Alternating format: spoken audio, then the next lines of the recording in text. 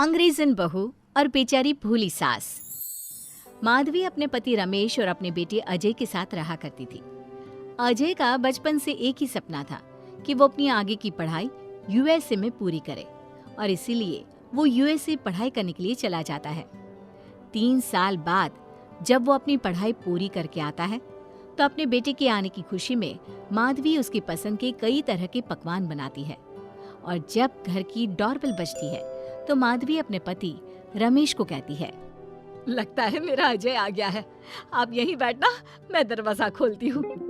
माधवी जल्दी से जाकर दरवाजा खोलती है तो दरवाजे पर अजय के साथ एक लड़की को देखकर वो अजय से पूछती है, ये कौन है बेटा? माँ, ये ग्रेटी है। हम दोनों यूएसए में साथ ही पढ़ते थे और अब ग्रेटी इस घर की बहू है। क्या बहू? अरे बेटा, तूने शादी कर ली और बताया भी नहीं। कम से कम अपनी माँ को बता तो देता कि तू अपने साथ इस घर की बहू लेकर आ रहा है। मैं बहू के आने की कुछ तैयारी तो कर लेती। कोई बात नहीं बहू, यहीं रुक, मैं अभी तेरे लिए पूजा की थाल लेकर आती हूँ। मॉम, आप अपनी ये फॉर्मेलिटीज बाद में पूरी कर लेना। I'm so tired right now. आजा डार्लिंग, अपना रूम कहाँ है? कोई बात नहीं बहू, तुम पहले आराम कर लो, तब तक मैं तुम्हारे लिए चाय बना कर लाती हूँ। ग्रेटी अपनी सास की किसी भी बात का कोई जवाब नहीं देती और अपने रूम में जाकर सो जाती है। कुछ देर बाद माधवी अपने बहू बेटे के लिए चाय नाश्ता लेकर उनके कमरे में जाती है, जहाँ ग्रेटी अपनी सास से कहती है, हाँ चाय, आ चाय। क्या हुआ ग्रेटी? अपनी मॉम को बोलो कि अब ये जब भी हमारे कमरे में आए तो नॉक करके आए। आपसे मैं ऐसा ही करूंगी बहू। वो तो आज ही तुम दोनों आए हो तो मुझे लगा थक गए होंगे, इसलिए जल्दी जल्दी मैं ऐसे ही चाय नाश्ता लेकर आ गई। वो क्या है ना, अजय जब भी बाहर से आता है तो आते ही चाय मांगता है, बस इसीलिए मैं ना ये चाय यहाँ रख देती हूँ, पी लेना, अदरक वाली चाय है। ये बोलकर माधवी वहाँ से जाने लगती है। तभी ग्रेटी अपनी सास से कहती है, जाते हुए अपनी साथ अपनी ये चाय भी ले जाओ, क्योंकि अजय अब चाय नहीं पीता। हाँ माँ, जब से मैं यूएसए गया हूँ तब से मैंने चाय पीनी छोड़ दी है। अब एक काम करो, हम दोनों के लिए कॉफी ले आओ, मैं सच में बहुत ज्यादा थक गई हूँ। अरे ठीक है, ला देती हूँ। अच्छा बेटा, तुम्हारे मम्मी पापा इंडियन है या फिर वही अंग्रेजी है? मेरे मम्मी पापा इंडियन हैं, पर मैं शुरू से यूएसए में रही हूँ, इसलिए मैं खुद को अंग्रेजन मानती हूँ। वैसे अब जल्दी से जाकर मेरे लिए कॉफी लेकर आओ और मेरे बारे में इतना ज्यादा इंक्वायरी करने का जरूरत नहीं है। अरे हाँ हाँ, अभी लाती हूँ। वैसे बहू, मैं तुम्हें ना इंडिया के सारे तौर तरीके सिखा दूंगी। अरे क्या हुआ, तुम्हारी परवरिश अगर यूएसए में हुई है, हाँ तो इंडियन ही ना। आपसे ज्ञान नहीं मांगा है, अब कुछ देर के लिए हम दोनों को अकेला छोड़ दो प्लीज, हाथ छोड़ता है। अपनी बहू की बात सुनकर माधवी वहाँ से चली जाती है। माधवी का उतरा हुआ चेहरा देखकर रमेश माधवी से कहता है, हमने इस नालायक को बाहर पढ़ने के लिए भेजा था और इसने क्या किया, बाहर से अंग्रेजन बहू उठाकर ले आया। माधवी, तुम बहुत भोली हो, पर मैं नहीं। ये लड़की हमारा घर तोड़ देगी, हमसे हमारे अजय को दूर कर देगी। देखा, आते ही कैसे रोब झाड़ रही है, जैसे तुम इस घर की नौकरानी हो। तुम उसको बोलो कि तुम इस घर की मालकिन हो और उसकी सास हो, वो वही करे जो तुम कहोगी। अरे आप बेकार में ही गुस्सा हो रहे हैं।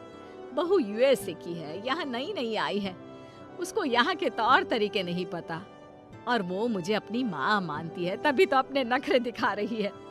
वैसे भी ना बहू बेटी दोनों बराबरी होती हैं।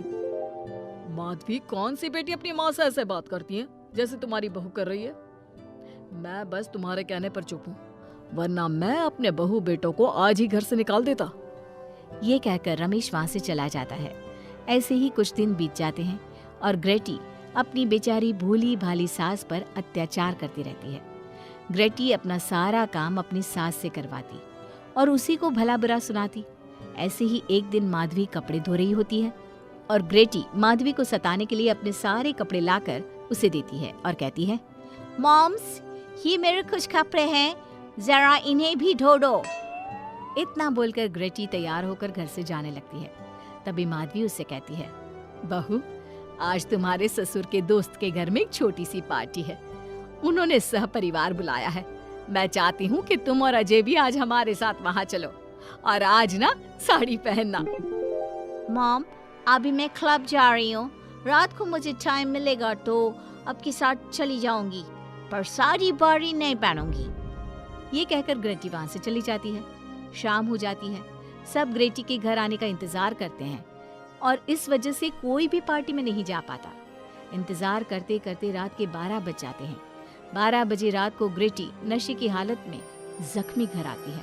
अपनी बहू के सर और हाथ पर लगी चोट देखकर माधवी परेशान हो जाती है और जल्दी से फर्स्ट एड का बॉक्स लाकर अपनी बहू के सर पर पट्टी करती है। एक माँ की तरह प्यार करते हुए वो अपनी बहू से कहती है, बहू, तुझे चोट कैसे लग गई बेटा?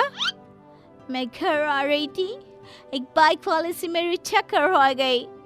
कोई बात नहीं बेटा, कल सुबह होते ही तुझे अपने फैमिली डॉक्टर के पास ले जाऊंगी। अच्छा, अब तू ना आराम कर, मैं तेरे लिए अभी हल्दी वाला दूध लेकर आती हूँ। माधवी, मैंने तुम्हें पहले ही समझाया था, ये अंग्रेजन हमारे घर के लिए ठीक नहीं है, पर तुमने मेरी एक नहीं मानी। अब देख लो, आज इस अंग्रेजन बहू की वजह से सारे मोहल्ले में हमारी नाक कट गई है।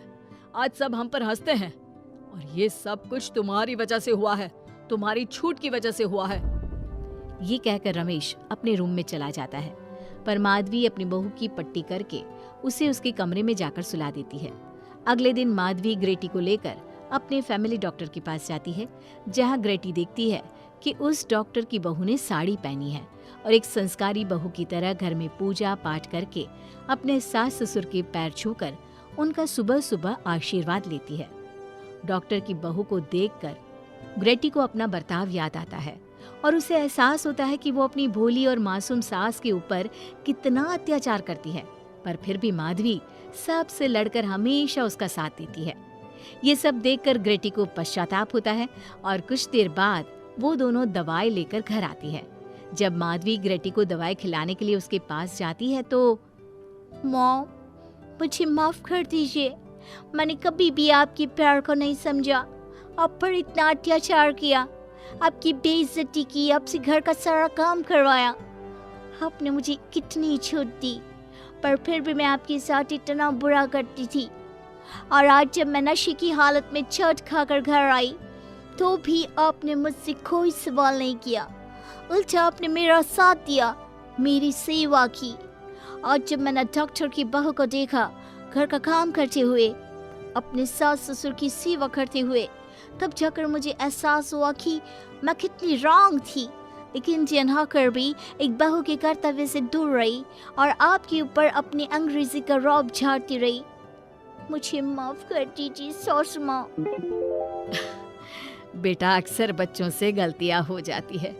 ऐसे भी सुबह का भूला अगर शाम को घर आ जाए तो उसे भूला नहीं कहते बहू।